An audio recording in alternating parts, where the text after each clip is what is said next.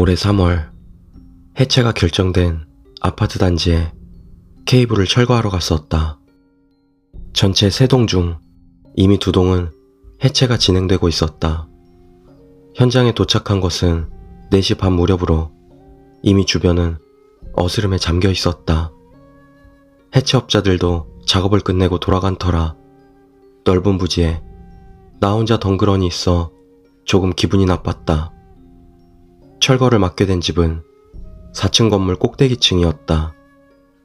방안 배선을 철거하고 1층에 있는 단자함에서 4층까지 연결된 선을 뽑으려 뚜껑을 열었다. 검은 종이가 넉 장 펄럭펄럭 떨어졌다. 뭔가 싶어 자세히 보니 붓으로 쓴 것 같은 글자가 희미하게 보였다. 부적인 듯 했지만 별 생각 없이 작업을 이어갔다. 케이블은 배관 안에서 일직선으로 늘어서 있기에 바로 뽑힐 거로 생각해 그대로 잡아당겼다. 처음에는 아니나 다를까 쑥쑥 빠져나왔지만 갑자기 무언가에 걸려 내려오질 않았다. 어쩔 수 없이 나는 3층으로 올라가 선이 지나가는 박스를 열어봤다. 아직 선이 보인다. 4층과 3층 사이에서 막혀있는 거겠지. 힘을 줘서 억지로 잡아당겼다. 부득 부득 부득. 무언가 끊어지는 듯한 소리와 함께 선이 내려온다. 수많은 머리카락이 엉킨 채 애당초 케이블밖에 들어있지 않은 배관 속에 머리카락이 들어있을 리가 없다. 케이블에 엉킨 머리카락을 떼어내고 있노라니 케이블이 뽑힌 구멍에서 검붉은 액체가 뚝뚝 떨어지기 시작했다. 이제 와서 생각해보면 그저 녹물이었을지도 모른다. 하지만 눈앞에서 그런 광경을 연속해서 보고 있자니 정신을 잃을 것만 같았다. 나는 선을 잡고 1층으로 미친 듯 내려왔다. 잡고 오는 사이에도 뿌득뿌득하고 엉킨 머리카락들이 계속 뜯겨나왔다. 문득 뒤를 돌아보니 위층에서 인기척이 느껴졌다. 목소리나 발소리가 아니었다. 마치 숨결 같은 느낌이. 그게 벽에 울려 퍼지며 내게 점점 다가오고 있었다. 나는 곧바로 손에 엉킨 머리카락을 뿌리치고 케이블을 뽑은 채 거기서 달아났다. 지금 그 단지는 철거되고 공터만이 남아있다. 두 번째 이야기, 물에 빠진 선배. 형이 대학생이던 시절 이야기란다. 동아리 친구들하고 바다에 놀러 갔었다. 꽤 목 좋은 해안이었다. 물론 해수욕장이고 인명구조 요원도 있었다. 평범하게 지역 사람들도 헤엄치고 있었고 나름대로 꽤 사람들이 많았다고 한다. 그렇게 다들 바다에 들어가 놀고 있는데 약간 멀리 나가 있던 고무보트가 높은 파도에 그만 전복되고 말았다. 안에 타고 있던 아이들은 그대로 바다에 내던져졌고 그걸 알아차린 건 같은 동아리 선배와 우리 형 둘뿐이었다.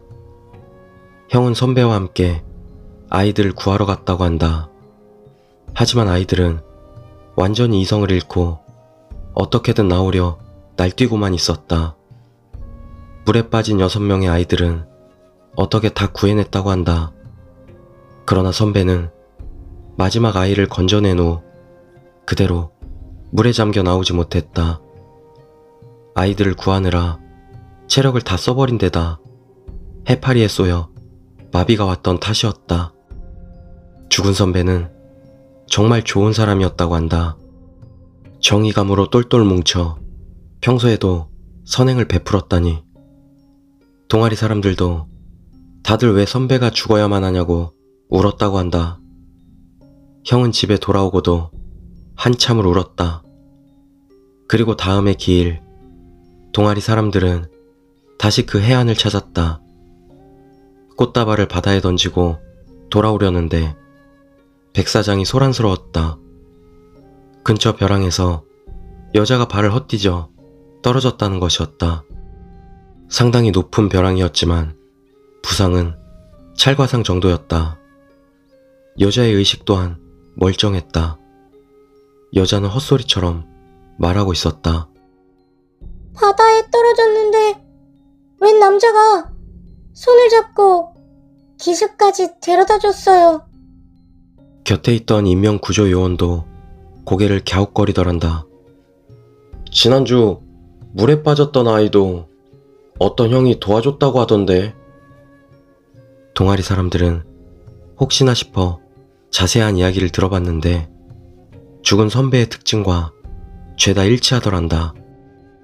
선배는 죽어서도 그 바다에서 사람들을 돕고 있는 거야. 그렇게 믿고 싶어. 지금도 형은 여름이 되면 꽃을 가지고 그 해안을 찾고 있다.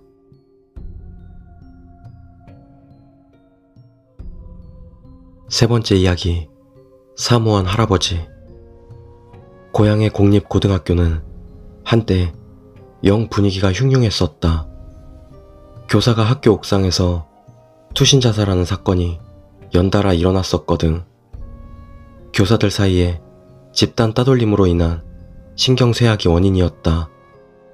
그 이후 옥상문은 자물쇠로 잠겨 절대 열지 못하게 되었다. 그리고 그 문 앞 계단 층계참은 담배 피우기에는 최고의 장소였지. 그날 역시 나는 친구와 둘이서 땡땡이 치고 담배를 피우고 있었다. 이러쿵저러쿵 이야기를 나누는데 누가 계단을 올라오는 게 보였다. 우리는 황급히 담배를 끄고 누가 올라오는지를 기다렸다. 뭐야? 너희들 수업은 어쩌고 여기 있냐? 마음이 놓였다. 백발의 사무원 할아버지였다. 아, 좀 일이 있어서요. 실실 웃으면서 받아 넘기려 했다. 할아버지는 너희 옥상에 나가고 싶지? 라고 말하며 작업복 바지 주머니에서 수많은 열쇠가 걸린 열쇠 꾸러미를 꺼냈다. 우리는 혹시 얼굴을 기억했다가 담임한테 일러 바치면 큰일이다 싶어. 아니요. 이제 갈 거예요. 라고 말한 뒤 재빨리 계단을 내려왔다. 쉬는 시간에 같은 반 녀석들한테 이야기를 했더니 옥상 나가볼 수 있으면 가보고 싶은데 라며 그 사무원 할아버지를 찾아 나섰다. 하지만 그 할아버지는 어디에도 보이질 않았다. 우리는 선생님한테도 물어봤지만 그런 사무원은 없는데 라는 대답이 돌아올 뿐이었다. 확실히 평소 보던 사무원은 한 명이고 아저씨일 뿐 백발도 아니었다. 게다가 옥상문 열쇠는 몇십 년이 지나는 사이 사라져 버렸다고 한다.